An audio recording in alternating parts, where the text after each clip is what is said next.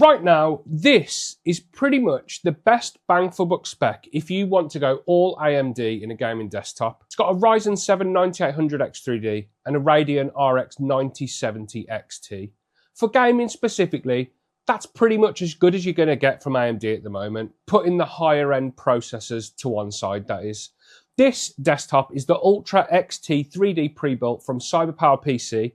On paper, it's a no-brainer for gamers chasing top performance per pound.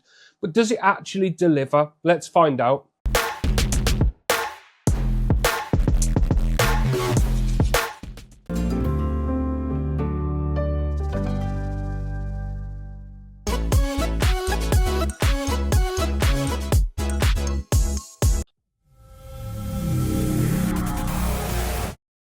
Hi guys, I'm Matt and welcome to Kit Guru.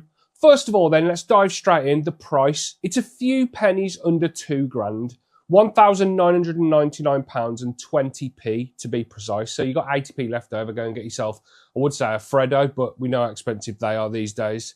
Compared to building this machine yourself, CyberPower are charging a rough £80 to £100 markup for building it, delivering it, and backing up with their desktop standard warranty, which is pretty decent to be honest. It gives you 5 years labour, 2 years parts, 12 months collect and return, and then lifetime technical support over the phone.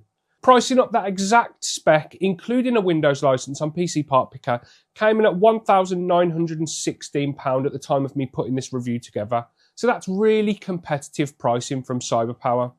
As for specs, this is what you're going to get for your £2,000.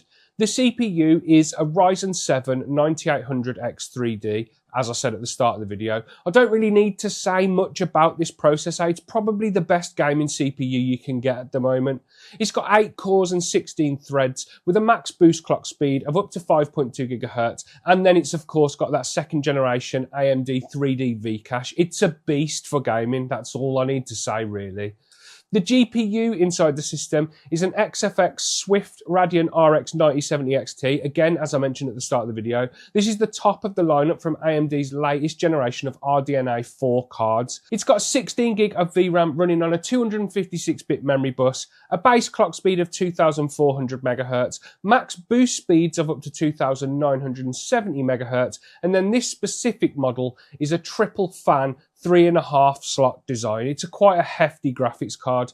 Now, Dominic has reviewed the 9070 XT along with all of the other RDNA 4 GPUs in detail. You'll find them on our website or here on YouTube if you want a more in-depth look at AMD's latest GPU lineup. For memory, we have some Corsair Vengeance ARGB. This is 32 gig made up of two 16 gig modules running at 6,000 megatransfers with CL timing of 36. Now, I almost expect this memory in pre-builts now. It's more often than not Corsair Vengeance when I review systems, and that's not necessarily a bad thing at all. The speed and the capacity here in this system are great. 6,000 megatransfers, while not the fastest ever, that's pretty much the sweet spot for gaming.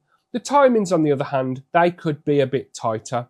When I tested the memory with Ada, that resulted in read speeds of 58,532 megabytes per second and write speeds of 77,854 megabytes per second. The SSD is a Western Digital SN7100 2TB M.2 NVMe drive. This is Western Digital's replacement for the SN770, which released a few years ago now.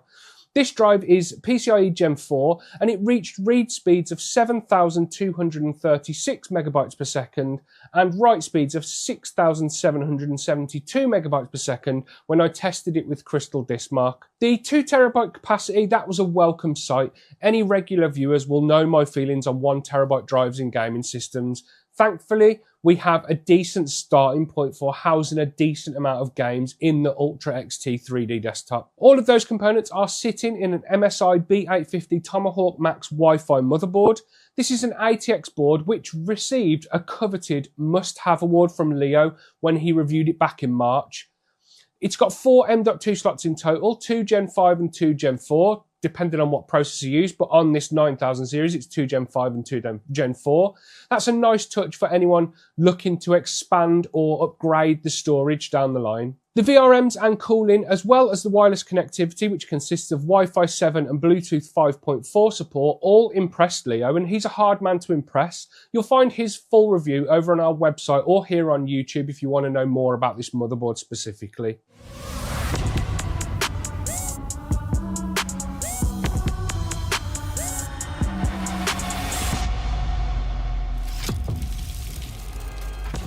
In terms of rear I/O, you've got 7 USB Type-A ports made up of 2 3.2 Gen 2, 1 3.2 Gen 1, and then 4 2.0s. Then you've got 2 USB Type-C ports, which are both 3.2 Gen 2. You've got a 5G LAN port, Wi-Fi 7 antenna connections, SP-Diff and 3.5mm audio ports. There's a HDMI port, and then you've got clear CMOS and BIOS flash buttons for easily troubleshooting and stuff like that. Keeping everything powered up is a Corsair RM850X PSU. This is a fully modular cybernetic gold rated unit, and it's got 0 RPM fan stop modes and then a dial on the back for manually adjusting the fan speeds. This should be more than capable for handling this spec of this machine. For CPU cooling, we have a Corsair Nautilus RS 360mm all-in-one cooler. This is one of the simpler models on offer from Corsair. The radiator, which has been top mounted by CyberPower, comes with 3 RS 120mm fans installed. Instead of the usual RGB we see on pump caps nowadays, we have a plain black patterned design with the Corsair logo in the middle. I personally quite like the look of it, and I've no doubts that it'll easily handle the heat from the 9800X3D.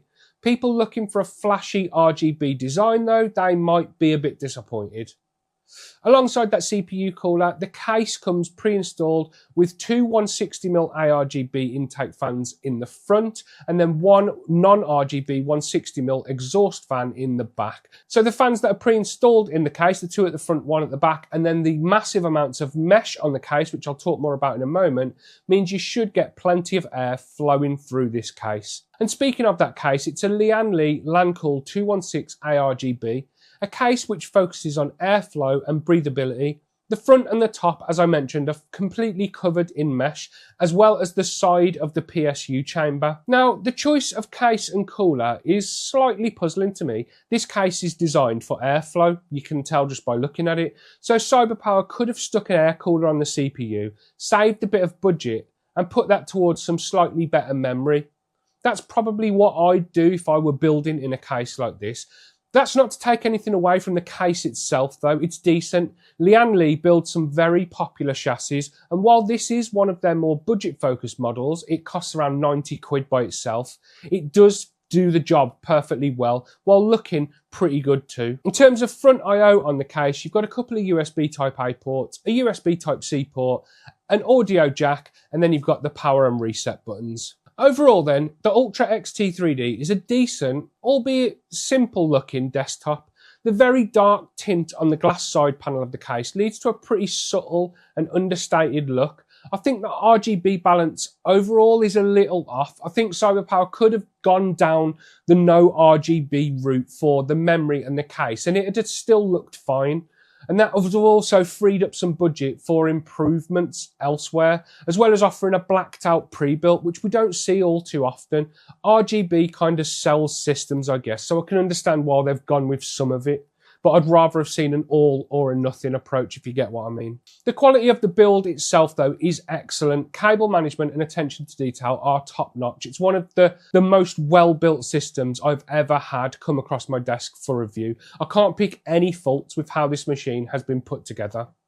And I can say the same for the pre-build, the pre-delivery config and the setup.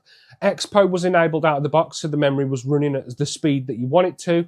So all I had to do before testing is update the graphics card drivers and the operating system, which is how it should be when you buy a pre-built. People that don't know how to troubleshoot stuff should just click update, done, game. So speaking of gaming, let's get to having a look at gaming performance then. Starting with F125 at 1440p, a new title that's only been out for a couple of weeks-ish, depending when you're watching this video. Performance was great in this game, as it mostly always is in the F1 series of games. FPS was north of 250 the majority of the time, with frame times of around 2 to 3 milliseconds. Moving up to 4K in this title saw the FPS meter drop down to between 150 to 170 roughly, with frame times increasing by a few milliseconds. That's more than acceptable performance at 4K in my opinion. Moving into Cyberpunk 2077 then at 1440p max settings without any scaling or ray tracing, saw performance levels of roughly 80 FPS. That's a pretty solid experience and pretty solid level of performance considering how demanding this title is with everything cranked to maximum. Moving that up to 4K sees the performance drop by roughly 50% with the meter reading around 40 FPS. Not so much of a solid experience as the other side of the coin, but there are options to combat this. We move into looking at switching on FSR3 with the quality preset and enabling frame gen.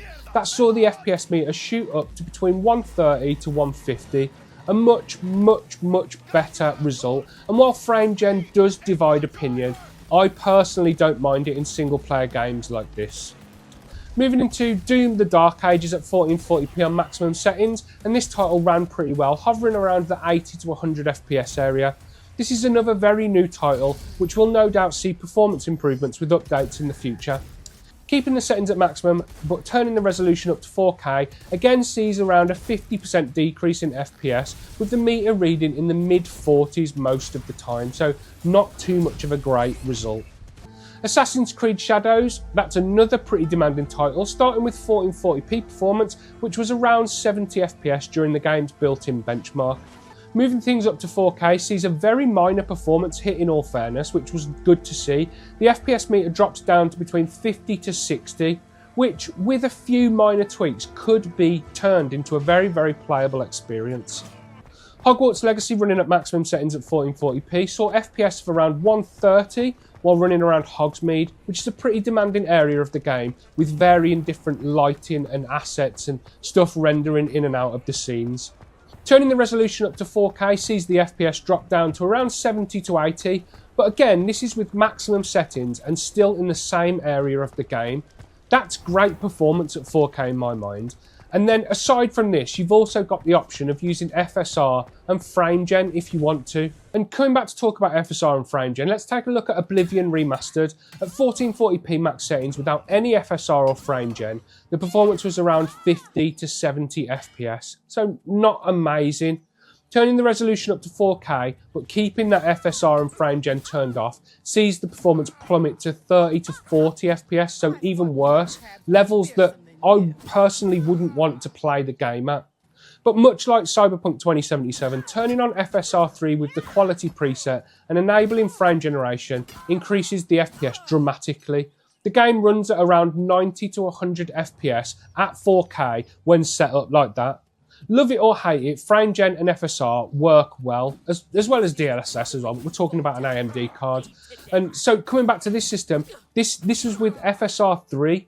When FSR4 releases for more titles, visual quality is going to improve pretty substantially. You check out Dom's review of the 9060 XT if you want to see more detail on FSR4. If you're looking for a new chair, then definitely go and check out boolies.co.uk. They offer a whole host of gaming and office chairs that come in a variety of different finishes and different colours. So then, gaming performance is good. The Ultra XT3D will easily handle 1440p gaming at maximum settings, and then it will also do some 4K gaming at respectable levels. However, this depends on the game that you're playing and if you're willing to sell your soul to the frame gen gods in some titles. Quickly then, before I wrap the video up, let's take a look at clock speeds, power and noise levels, and then the heat that's put out by this machine. Running a 30-minute Cinebench multi-core benchmark sees all 8 cores boost to 5.2 GHz and then maintain that for the duration of the whole 30-minute run.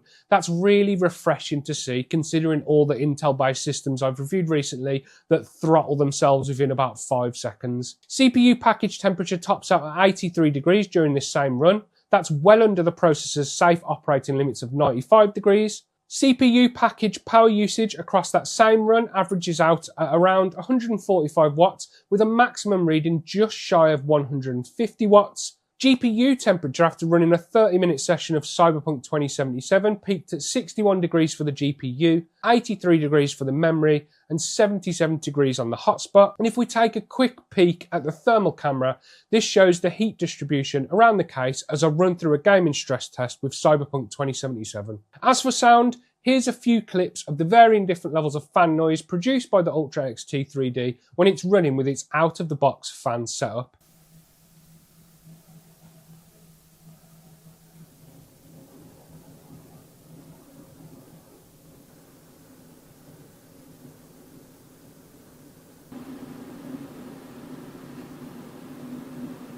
Overall then, I feel this is a very well balanced system performance-wise. It handled gaming very respectably, and the processor in particular churned through everything while barely breaking a sweat. The 9070 XT, one of the latest cards from AMD, handled gaming pretty admirably, and it shows that AMD are making strides to close the gap to Nvidia. Memory timings could be tighter, an issue which I regularly pick out when reviewing pre-built, and an area where system builders tend to skimp out a little bit. This time around, it's nothing major though. CL36 isn't the end of the world. The design of the machine is a little confusing. I'd like to have seen it either totally non-RGB to match the cooler, or with an RGB cooler to match the memory and the front case fans. But again, I'm nitpicking slightly, but I suppose it's my job to nitpick and point out these things to you. All in all, this is a very competitively priced and great performing pre-built machine. For anyone wanting to ditch Nvidia and Intel and go all AMD, it's a very compelling option. Even when you throw in the build yourself route too, it stacks up against that price-wise really, really well. It's great value for money, and with a few small design tweaks, it could be absolutely top tier. And that's the end of the video, guys. I hope you enjoyed it. Please leave me a like down below if you did. Don't forget to subscribe to Kit Guru to keep up with the latest PC gaming news and reviews. And if you go down below this video, you'll find links to our merch store. And then in the video's description, there's links to our Discord server, our website, and our Patreon page if you want to show us some extra support. Anyway, guys, I've been Matt. This has been the Ultra XT3D desktop from CyberPowerPC. I will speak to you in the next one. Look after yourselves. See you later.